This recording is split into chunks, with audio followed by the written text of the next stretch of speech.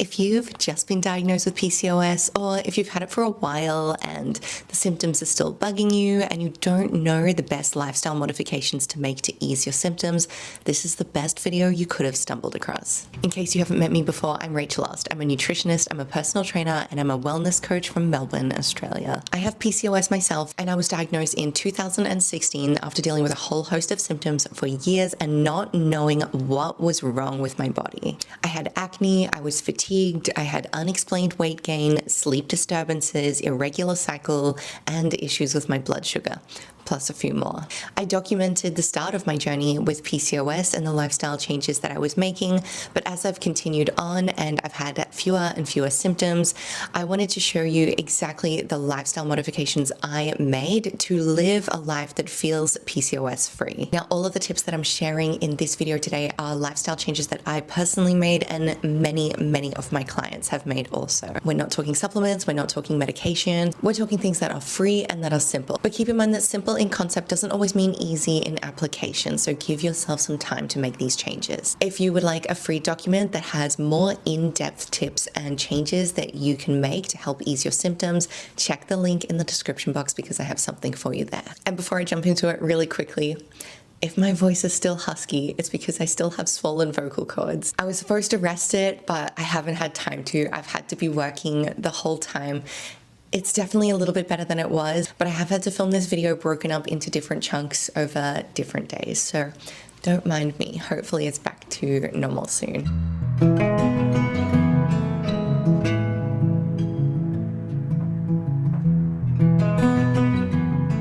Used my throat spray this morning, so hopefully my voice holds up today because I have a lot of talking to do. It feels like I'm speaking with a throat full of gravel, so I'm going to do my best to give you all the tips succinctly throughout the day. Now, one of the first changes, and I think this is probably one of the easiest changes that you can start with when it comes to managing your PCOS, is getting more sleep. I never used to prioritize my sleep, and when I think back to when all my symptoms were at their worst, when everything was just like, my skin was bad, my weight was increasing despite everything that I was doing, I had an irregular cycle, I had like intense abdominal pain all the time, my blood sugars were off, like when everything was at its worst was right after a really long chunk of time where I was sleeping like 3 or 4 hours a night. I would wake up, start work straight away, like working on the blog, working on like editing videos, and then I would go to my actual like day job and work a 7-8 hour shift at my day job, and then I would come home, I would do some university study, and then I would spend the evening working on the website or editing a video or whatever it might have been. When we sleep, our bodies have a chance to repair, replenish, and reset. It reboots our nervous system, and it also improves our insulin sensitivity, which is a huge one for PCOS. And then on top of that as well, sleep issues and sleep disorders are already really common in women who have PCOS, so just another reason to prioritize this. Now, my personal goal is to try and get 9 hours of sleep per night. It is not always possible, and we try, it doesn't happen every single night, but we try to not be on phones or watching TV or any devices or anything after 9 o'clock. But that didn't happen overnight, so just build on it bit by bit. And if you stay up until like 1 or 2 a.m., I prompt you to just bring it back 15 minutes, like step it back 15 minutes for the next week or two. And then once that routine's settled in, bring it back another 15. Don't suddenly start trying to go to bed at 9 or 10 and expect your body to fall asleep, because it won't. Habits are best made incrementally.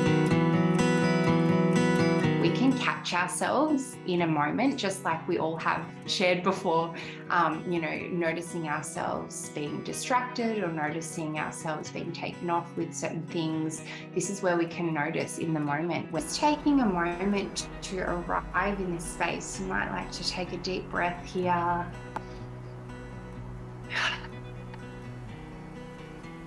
We just had a live meditation and mindfulness session with Hannah, who is a meditation teacher, and she runs live calls specifically for my coaching clients for them to jump in on and reap the benefits of mindfulness. You really can't address PCOS without first recognizing the impact that stress has on the body. Chronic stress can increase insulin resistance and inflammation, and it can also disrupt your sleep. It can throw off your hormone balance by impacting your thyroid hormones, and it can also suppress progesterone production. That's why we see a very typical pattern where in the second half of your cycle, you have what's called estrogen dominance because your body can't produce enough progesterone. And that can lead to a whole host of other annoying symptoms that you have to deal with on top of your PCOS. And I feel like in the world we live in, we're just meant to deal with the stress. Everyone's got a lot of things to do. Everyone is juggling all these things. We've got input coming at us from everywhere. Everything can be noisy and loud and fast-paced. And we get so used to this that slowing down feels uncomfortable. So one simple way to work on stress management or to improve your resilience to stress is through meditation and mindfulness. Studies have shown that including mindfulness techniques can actually really improve quality of life for women with PCOS, as well as reducing stress, reducing anxiety, and reducing chances of depression. At first, I almost hated it. I was bad at it. I sucked at slowing down. But the more that I've prioritized it, the more I've let rest come in, the more I've been okay with not having to be productive 24/7. That's when I've seen the best results with everything that I'm doing. It's so easy to want to over-supplement or overtrain to compensate. All of these things are so interconnected more than you realize. Our body simply cannot thrive in a state of stress. So if you feel like you're taking care of all the nutrition side of things, you're eating pretty well, you're moving pretty regularly, but things still aren't shifting, I really want to prompt you to take a look at your lifestyle and how you manage your time and how you manage your stress.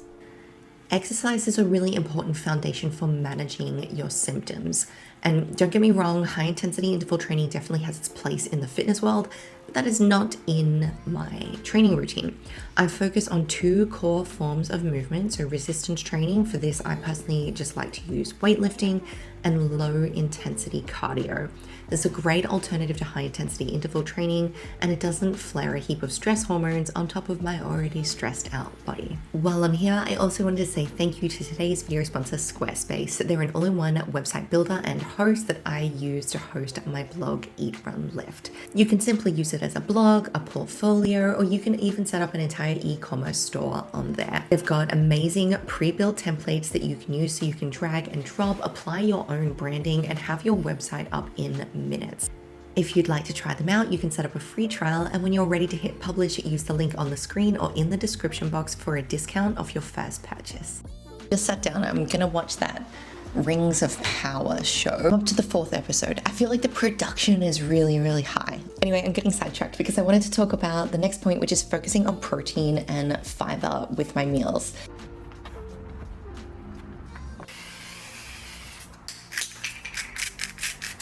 If any of you have seen the PCOS series that I started just around the time I got diagnosed quite a few years ago now, you might recall I was having some issues with my blood sugar and all sorts of things. So in order to deal with that, I jumped on a ketogenic protocol, which was super restrictive. There were so many things I couldn't eat. I went 11 months cooking every single meal that I ate, not eating out at restaurants, not eating foods that friends would make for me. It's just like, it's not sustainable. And that's something you got to ask yourself, like, is this something you can do for the rest of your life? I think that's when you know a protocol works for you.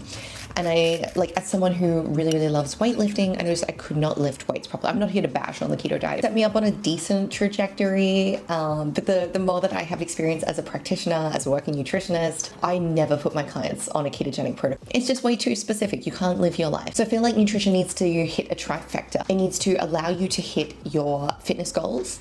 It needs to allow you to hit your health goals and your wellness goals. And it also needs to be sustainable and enjoyable, because I think they're all three separate things. Like, eating for health is different to eating for fitness, and eating in a way that's sustainable is potentially different to both of those as well, because we can have the most healthy meal and you could eat a week of the most healthy quote unquote meals, but that doesn't mean that it's sustainable for a really long period of time. Because when it comes to improving your overall health, your overall well-being, hitting your fitness goals, and also just achieving a physique that you want to create, it's about what you can do consistently for a really long period of time, rather than what you can do for like a week or 2 weeks. So if I had to boil the nutrition tip down to one point, it would be focus on protein and fiber with every single meal. If you hear Ducky, she's sitting right here because she wants my food. yeah, every single meal that I make will have a source of protein and a source of fiber in it. The reason that we do that is for satiety, for retaining lean tissue, for blood sugar balance, and of course overall gut health, because that's really important when it comes to PCOS. So if you want more examples of what I eat in a day, I put them over on my Instagram. Typically I'll put them as like a reel or something like that. If you want specific advice for PCOS nutrition, that's why I created the PCOS program, and I've also got a cookbook for protein. Some of my go-tos are some obvious ones. We've got chicken, we've got whey protein. I tend to opt for a hydrolyzed whey protein, which contains digestive enzymes. I like barramundi, I like salmon, I'll sometimes have extra lean beef mince. For fiber, I like to include a combination of fruits and veggies, whole grains, nuts, seeds, and legumes. I might have to hold this to keep it closer. I don't have anywhere to pin it without my hair brushing all over it. Minimizing alcohol and caffeine consumption. I might have alcoholic drinks once, maybe twice per year. It's very like minimal thing for me, because for me personally, I know it flares any anxiety, makes it so much worse to deal with, but then also the hormonal impacts of that as well. I personally just feel a lot better when I cut them both out of my routine. I want to have stable energy. I don't want to have big peaks and troughs. And caffeine does that to me a lot as well. Like I just feel this like frantic energy through the day, and I don't like to feel that. Alcohol is a very dense source of energy, and it also dehydrates you. So I personally feel like it's best left to special occasions. Obviously that doesn't suit most people, but I don't ask most people to do what I do. I'm just sharing like what I have done. It does have a few more benefits to offer, but it can disrupt your sleep, and it has a heavy load on the liver. And if we're trying to look after our hormones, we want to make sure that our liver is in tip-top shape, because it's going to be the one that is processing a lot of these hormones. So I know that doesn't suit everyone, but maybe you might like to focus on a little decrease instead of just cutting it out. I hope these tips help. Make sure you check out the free download that I have linked in the description box. And if you want more ideas like food, training, that sort of thing, jump on over and find me on Instagram. My username is just @RachelOs.